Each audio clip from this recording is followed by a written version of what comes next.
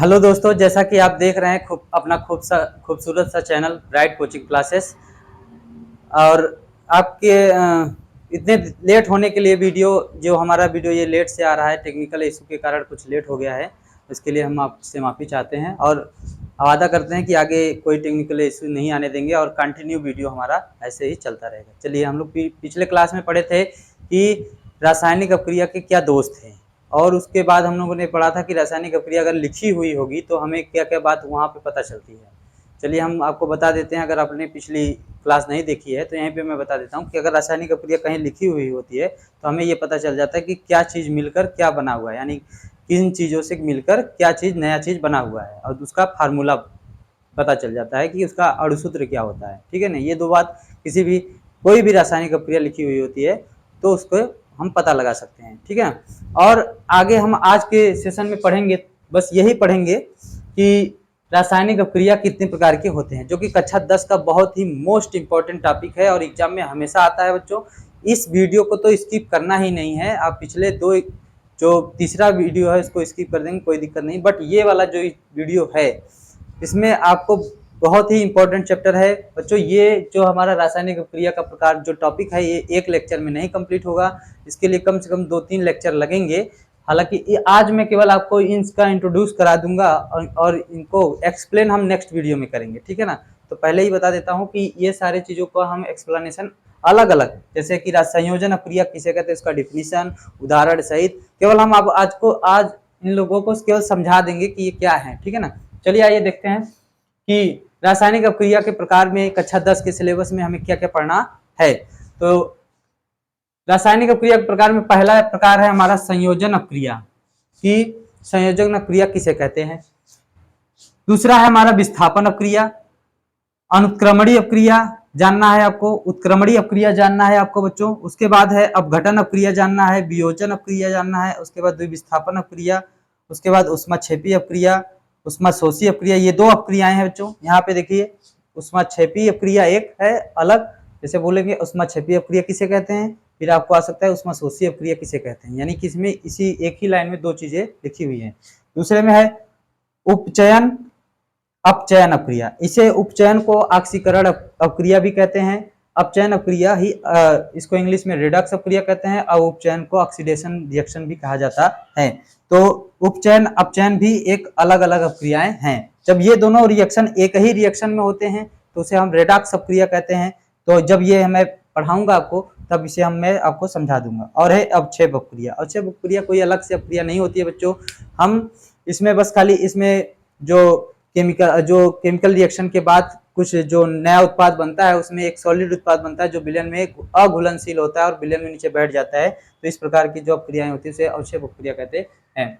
चलिए आइए हम शुरू से फिर से एक बार इंट्रोड्यूस कराते हैं कि आखिर उन्हें कहते क्या है। जैसे कि संयोजन अपक्रिया हमारा क्या है, पहला प्रकार है। संयोजन अपक्रिया में हम किसे कहते हैं, आखिर क्या होता है संयोजन। इसे हम देखिए, इसका दूसरा नाम है योगात्मक अपक्रिया। अब तो समझ गए होंगे कि योगात्मक यानी कि दो चीजों को जोड़ा गया है और एक चीज बन जाए। जैसे कि आप 2 + 3 जोड़ते हैं तो 4, 2 + 3 जोड़ते हैं तो 5 बन जाता है ना, ऐसा कुछ। तो 2 और 3 के मिलने से 5 बन गया, यानी कि एक नया चीज बना जो 5 है।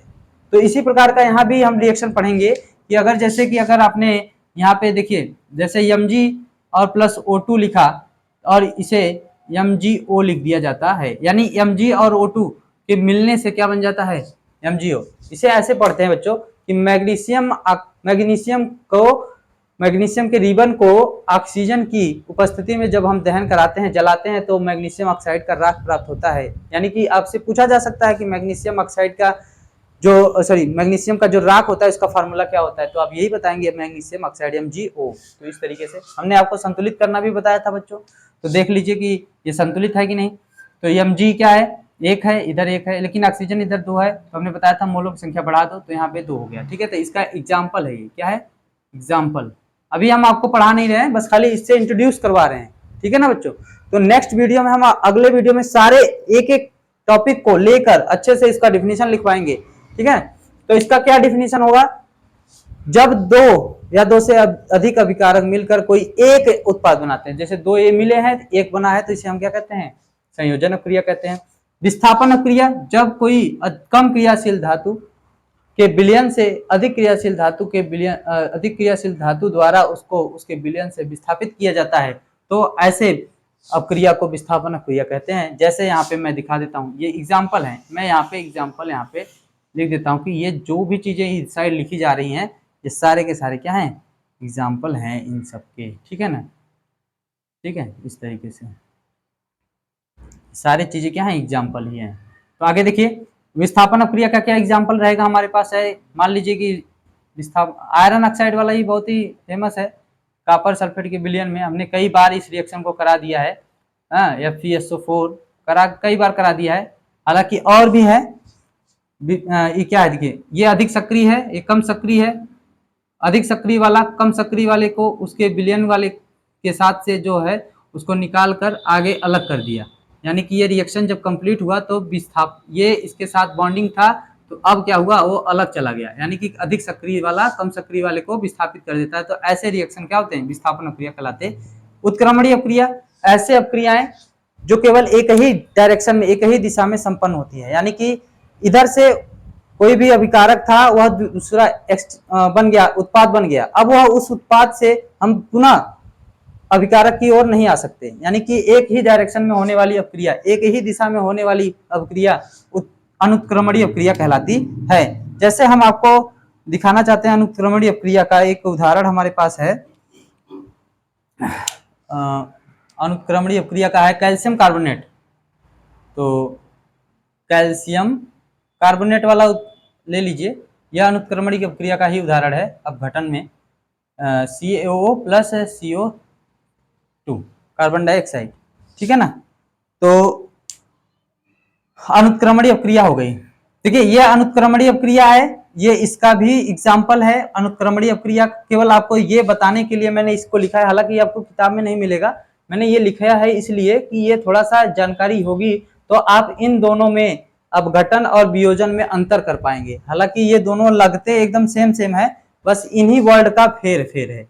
अनुत्क्रमणीय अपक्रिया किसे कहते हैं, उत्क्रमणीय अपक्रिया अगर आप समझ जाते हैं तो आपको अपघटन और वियोजन अपक्रिया भी समझ में आ जाएगी। चलिए हम देखते हैं कि क्या है। आगे देखिए उत्क्रमणीय अपक्रिया है। उत्क्रमणीय अपक्रिया किसे कहते हैं, वह अपक्रिया जो अग्र और पश्च दोनों दिशाओं में संपन्न होती है, यानी कि एक तरफ से आगे भी जाएंगी और अपकारक से उत्पाद भी बनेगा और उत्पाद मिला देंगे तो अभिकारक भी कभी कभी बन जाती है। तो ऐसे अपक्रिया को हम उत्क्रमणीय अपक्रिया कहते हैं। जैसे इसका चिन्ह होता है, अभी देखिए मैं बता रहा हूँ, CCl5 एग्जाम्पल है, क्या हुआ, एक ऐसे गया एक ऐसे आया, फिर PCl3 हो गया और प्लस Cl2 हो गया। यानी कि इसमें क्या हुआ, देखिए इन सब रिएक्शन में आपने देखा कि एक एरो लगा था, केवल एक ही एरो है आगे जाने के लिए, लेकिन इस वाले रिएक्शन में क्या है, उत्क्रमणीय वाले आपकी क्या हो गया कि यह आगे भी जाएगा, यानी कि PCl5 से क्या होगा, PCl3 और Cl2 भी बन सकता है, और PCl3 और प्लस Cl2 अगर मिला दे PCl3 में तो हम क्या मिल जाएगा, PCl5, यानी कि फास्फोरस पेंटाक्लोराइड भी मिल जाएगा, ठीक है ना। इस तरीके से बच्चों ये है उत्क्रमणीय अपक्रिया और अनुत्क्रमणीय अपक्रिया में अंतर। तो अपघटन अपक्रिया किसे कहते हैं, तो इसी को डिफिनीशन में बोला जाता है कि वह अनुत्क्रमणीय अपक्रिया, यानी कि वे अनुत्क्रमणीय अपक्रिया जिसमें कोई एक अभिकारक टूटकर या कोई एक पदार्थ टूटकर दो या दो से अधिक अणुओं में या पदार्थों में टूट जाता है, तो उसे हम क्या कहते हैं, अपघटन अपक्रिया कहते हैं। यानी कि यह किसका एग्जाम्पल हो सकता है, वह एग्जाम्पल इसका भी हो सकता है। कहाँ पे, CaCO3 plus CaO plus CO2, इस तरीके का एग्जाम्पल ये दोनों जगह काम देगा बच्चों, रिएक्शन कहीं बदलने वाला नहीं है, आप दोनों जगह इसका एग्जाम्पल के रूप में दे सकते हैं, यानी एक एग्जाम्पल याद करो और उसको दो जगह यूज कर सकते हैं, ठीक है ना। यानी कि वह, इसका डिफिनेशन कैसे है, वह अनुत्क्रमणीय अपक्रिया जिसमें कोई एक पदार्थ दो या दो से अधिक अणुओं में टूट जाता है, उसे हम क्या कहते हैं, अपघटन अपक्रिया कहते हैं। तो वियोजन अपक्रिया किसे कहते हैं, वियोजन में भी एक पदार्थ टूटकर दो या दो से में टूटता है, लेकिन बस इतना फर्क है, वियोजन में क्या कहते हैं, वह उत्क्रमणीय अपक्रिया जिसमें कोई एक पदार्थ टूट कर दो या दो से अधिक अणुओं में टूट जाता है, या दो से अधिक पदार्थों में टूट जाता है, सरल पदार्थों में, ठीक है ना। तो उसे हम कहते हैं वियोजन अपक्रिया। यानी इसमें आपको उत्क्रमणी बोलना है, इसमें आपको अनुत्क्रमणी बोलना है। कैसे बोलना है एक बार फिर से क्लियर कर देते हैं। वह अनुत्क्रमणी अपक्रिया जिसमें कोई पदार्थ दो या दो से अधिक अणुओं में टूट जाता है उसे हम कहते हैं अपघटन अपक्रिया। वह उत्क्रमणी अपक्रिया जिसमें कोई पदार्थ, एक ही पदार्थ है, दो या दो से अधिक नहीं, एक ही पदार्थ, वह उत्क्रमणी अपक्रिया जिसमें कोई पदार्थ दो या दो से अधिक सरल अणुओं में टूट जाता है उसे हम क्या कहते हैं, वियोजन अपक्रिया कहते हैं। द्विविस्थापन अपक्रिया किसे कहते हैं, तो इसका एग्जाम्पल यहाँ भी लिखा जा सकता है, ठीक है ना। यानी कि PCl5 ऐसे PCl3 + Cl2। तो आपको बहुत ही ज्यादा मुश्किल नहीं है इसके साथ। अच्छा, इसमें देखिए क्रॉस में अगर मिल रहा है तो आप रहने दीजिए, उसे रहने दीजिए, मत लगाइए तीर। तो यहाँ पे हो गया द्विविस्थापन अपक्रिया किसे कहते हैं, वह अपक्रिया जो आयनों के आदान प्रदान से संपन्न होती है। यानी कि आयनों के आदान प्रदान से होने वाली अपक्रिया को हम द्विविस्थापन अपक्रिया कहते हैं। जैसे अभी आपको समझ में आ जाएगा, जैसे Na2SO4 है आपके पास और प्लस BaCl2 है, यानी कि बेरियम क्लोराइड है, तो यह इसके साथ चला जाता है, यानी NaCl बना लेता है और यह इसके साथ चला आता है, यानी कि क्या हुआ यहाँ पे BaSO4, ठीक है ना, बेरियम सल्फेट। तो यहाँ पे क्या हुआ, Na+ था हमारे पास, Na क्या हुआ, Na+ था हमारे पास, SO4- था 2 और Ba+2 था हमारे पास और Cl-1 था। तो इसका आयन, ये वाला आयन इस वाले आयन, इस वाले आयन के साथ नहीं, इस वाले आयन के साथ भाग गया और ये वाला आयन इस वाले आयन के साथ भाग गई, नहीं भाग गई, देख रहे हो, आयन उसके साथ भाग गई, वो उसके साथ भाग गई। यही वाला तो आजकल गांव में भी चल रहा है, शहर में भी चल रहा है कि नहीं, हालांकि इंडिया में फॉग चल रहा है, लेकिन आप लोग ये समझेंगे द्विविस्थापन अपक्रिया किसे कहते हैं, ठीक है ना बच्चों। तो ये क्या है कि आयनों के एक्सचेंज से, आयनों के आदान प्रदान से जो अपक्रिया संपन्न होती है उसे हम क्या कहते हैं, द्विविस्थापन अपक्रिया कहते हैं। उष्माक्षेपी और उष्माशोषी। जब भी उष्माक्षेपी वाला आता है तो मुझे गोबर छोपने वाला बात याद आता है कि भैया गोबर लिया और छेप दिया, यानी कि निकाल दिया। तो हम इसे ऐसे समझते हैं हमेशा, वो मजाक की बात है। उष्माक्षेपी अपक्रिया किसे कहते हैं, वह अपक्रिया जिसमें ऊष्मा निकलती है, ऊष्मा रिलीज होती है, उसे हम क्या कहते हैं, उष्माक्षेपी अपक्रिया। इसका बहुत ही अच्छा उदाहरण है श्वसन। आपसे पूछा जाता है, हमेशा आपसे पूछा भी जाता है कि श्वसन एक उष्माक्षेपी अपक्रिया है क्यों, ऐसे क्वेश्चन करके आता है। तो आपको बताना होता है कि श्वसन यानी हम सांस लेते हैं तो हमारे पास जो ग्लूकोज होता है, यानी कि हमारे पास क्या होता है, ग्लूकोज का क्या सूत्र होता है, C6H12O6 ऐसा। फिर उसके बाद हमने क्या लिया, अपने एनवायरनमेंट से ऑक्सीजन लिया, यानी कि ऑक्सीजन लिया तो हमारे पास क्या हुआ, ऑक्सीजन लेकर हमने क्या बना लिया, कार्बन डाइऑक्साइड गैस बनाया और उसके बाद हमें कुछ जल यानी कि क्या मिले, पानी की कुछ मात्राएं मिली प्लस ऊर्जा मिली, ठीक है ना। तो ये हुआ। हालांकि ये देखिए ये क्या है कि अभी ये बैलेंस नहीं है, हम बैलेंस करने पे ध्यान नहीं देते हैं, हम केवल इसमें समझते हैं उष्माक्षेपी अपक्रिया किसे कहते हैं। तो इस अपक्रिया में क्या हुई, हमें एनर्जी मिली, यानी कि हमारे पास जब हम फूड खाए हुए थे हमारे पास ग्लूकोज उसमें पचाकर ग्लूकोज के रूप में था, तो हमने ऑक्सीजन लिया और जब हम ऑक्सीजन लिए अंदर हमारे ऑक्सीजन गया, O2 गया, तो हमने केमिकल रिएक्शन हुआ वहां पे, और केमिकल रिएक्शन में क्या बना, कार्बन डाइऑक्साइड। तभी तो हम कार्बन डाइऑक्साइड निकालते हैं, पढ़े होंगे आपने कि हम क्या निकालते हैं, कार्बन डाइऑक्साइड गैस। और कार्बन डाइऑक्साइड गैस निकला और हमें कुछ पानी की मात्रा मिली और उसके बाद हमें कुछ ऊर्जा यानी शक्ति भी मिली, तभी तो हम काम कर पाते हैं। यानी कि हम खाना खाते हैं और उसमें ये प्रक्रिया यानी ये केमिकल रिएक्शन होता है हमारे अंदर और हमें एनर्जी मिलती है, यानी उष्माक्षेपी का ही एक उदाहरण है। यानी इस केमिकल रिएक्शन में ऊर्जा निकली, इसीलिए हम इसे क्या कहते हैं, श्वसन को उष्माक्षेपी अपक्रिया कहते हैं। समझ गए बच्चों। तो एक क्वेश्चन भी तैयार होते चल रहा है, ठीक है, थोड़ा बहुत, हालांकि इसे हम कंप्लीट कराएंगे। और उष्माशोषी अपक्रिया वे सारे अपक्रियाएं जो आपको ये दिख रहे हैं ना, विघटन वाला, वियोजन वाला, तो इसमें क्या कर रहे हैं, इसमें हीट देते हैं। जैसे ये इसको हीट दिया जाता है, यहाँ पे क्या किया गया, हीट दिया गया, यानी उष्मा दी गई, तब यह जाकर क्या हुआ, टूटा, ठीक है ना। तो वह अपक्रिया जिसको संपन्न होने के लिए उष्मा देनी पड़ती है, यानी उष्मा लगानी पड़ती है, यानी उसमें कुछ ना कुछ उष्मा दी जाती है, ठीक है ना, उसे हम क्या कहेंगे, उष्माशोषी। यानी कि वह उस अपक्रिया में उष्मा का अवशोषण होगा, यानी कि हीट क्या हो जाएगा, हीट की कमी हो जाएगी ना। आगे देखिए, उपचयन और अपचयन अपक्रिया किसे कहते हैं, तो वह अपक्रिया जिसमें ऑक्सीजन की वृद्धि हो जाती है उसे कहते हैं हम उपचयन अपक्रिया। वह अपक्रिया जिसमें ऑक्सीजन का ह्रास हो जाता है और हाइड्रोजन की वृद्धि हो जाती है उसे हम कहते हैं अपचयन अपक्रिया। ठीक है बच्चों, तो इसका एक उदाहरण देख लेते हैं। हमारे पास है क्या CuO है प्लस H2 है, तो और इस gives to H2O plus Cu। यहाँ भी देखिए ये ये क्या है, विस्थापन अपक्रिया भी कर सकते हैं, लेकिन यहाँ पे देखने वाली बात है कि कॉपर के साथ ऑक्सीजन लगी हुई थी। कॉपर के साथ क्या लगी हुई थी, ये बच्चों केवल अपचयन का नहीं लिखा है हमने, ये मत सोचना कि केवल अपचयन वाला सजी तीर लगा दिए तो केवल अपचयन का लिखे, अपचयन का नहीं है, इसमें उपचयन और अपचयन दोनों है। देखिए कैसे, कॉपर के साथ ऑक्सीजन की क्या हो गई, कमी, और हाइड्रोजन के साथ क्या हो गई, ऑक्सीजन की वृद्धि। तो कॉपर का क्या हुआ, यहाँ पे कॉपर ऑक्साइड का क्या हुआ, यहाँ पे जिस अपक्रिया में ऑक्सीजन की कमी होती है उसे हम कहते हैं अपचयन। यहाँ पे क्या हो गई, अपचयन अपक्रिया, और यहाँ पे जिस अपक्रिया में ऑक्सीजन की वृद्धि हो गई उसे हम कहते हैं ऑक्सीजन की कमी, हाँ, इसमें हो गई उपचयन अपक्रिया। ठीक है ना, हाइड्रोजन में क्या हुआ, ऑक्सीजन की वृद्धि हो गई तो इसे हम कह देंगे उपचयन अपक्रिया या ऑक्सीकरण अपक्रिया। ठीक है ना, ठीक है, आप समझ गए।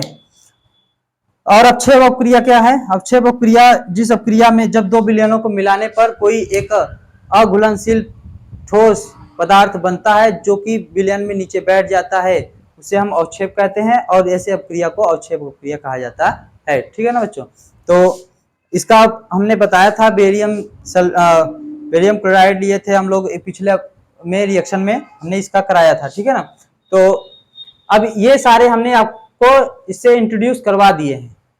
हालांकि जब हम एकदम से पढ़ाते, एकाएक आपके सामने आता तो ये चीजें आप नाम ही नहीं सुने होंगे, कक्षा 9 से अभी अभी उतर कर आए हैं तो आप इसका नाम भी नहीं सुने होंगे, तो इन सब का हमने आपसे इंट्रोड्यूस करवा दिया, थोड़ा सा बता दिया कि संयोजन अपक्रिया क्या होती है। दो चीजों को मिलाएंगे एक चीज बनेगा, भैया संयोजन अपक्रिया। कोई एक तेज तर्राक होएगा उसको मार्क भगा देगा तो ये क्या हो जाएगा, विस्थापन अपक्रिया। कोई एक चीज होगी उससे मिलकर दो या दो तीन चीजें मिलकर बनेंगी, एक चीज होगा उससे टूट कर दो या दो चीज मिलती है तो इस अपक्रिया को हम क्या कहते हैं, अपघटन कहते हैं या वियोजन कहते हैं। ये भी, लेकिन फर्क इतना है कि यह होगा, इसके लिए उत्क्रमणीय अपक्रिया होगी और इसके लिए अनुत्क्रमणीय अपक्रिया होगी और इसके लिए क्या होगी, उत्क्रमणीय अपक्रिया होगी। ठीक है ना, तो उत्क्रमणीय अपक्रिया किसे कहते हैं और अनुक्रमणीय अपक्रिया किसे कहते हैं। अनुक्रमणीय जो वह अपक्रिया जो एक ही दिशा में जाने वाला अपक्रिया होता है, जो उल्टा रिवर्सिबल नहीं होता है, उसे हम कहते हैं अनुक्रमणीय अपक्रिया। और उत्क्रमणीय अपक्रिया किसे कहते हैं, जो अपक्रिया एक बार आगे अग्र दिशा में जाती है फिर पश्च दिशा में भी संपन्न हो जाए। जैसे कि देखिए ये PCl5 से PCl3 प्लस Cl2 बना हुआ है, फिर उसके बाद अगर हम PCl3 से प्लस Cl2 मिला देंगे तो PCl5 भी बन जाएगा। तो इस प्रकार के जो रिएक्शन होते हैं उसे हम क्या कहते हैं, उत्क्रमणीय अपक्रिया, यानी आगे और पीछे दोनों जाने वाली अपक्रिया।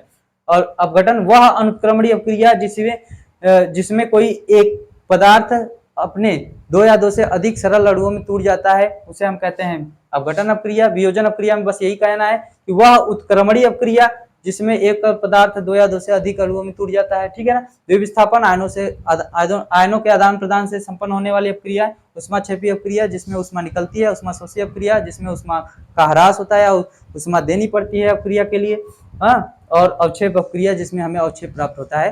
तो इस तरीके से हमने आपको 10 में सारे इंपॉर्टेंट रिएक्शन आपको बता दिए हैं। घबराइएगा नहीं, अगर इस वीडियो में नहीं समझ में आया है, आपको हो सकता है कि दिक्कतें हो क्योंकि हमने डिफिनीशन नहीं लिखा है, तो हम डिफिनीशन अभी हम इसको 2 या 3 लेक्चर में इस चैप्टर को क्लोज करेंगे।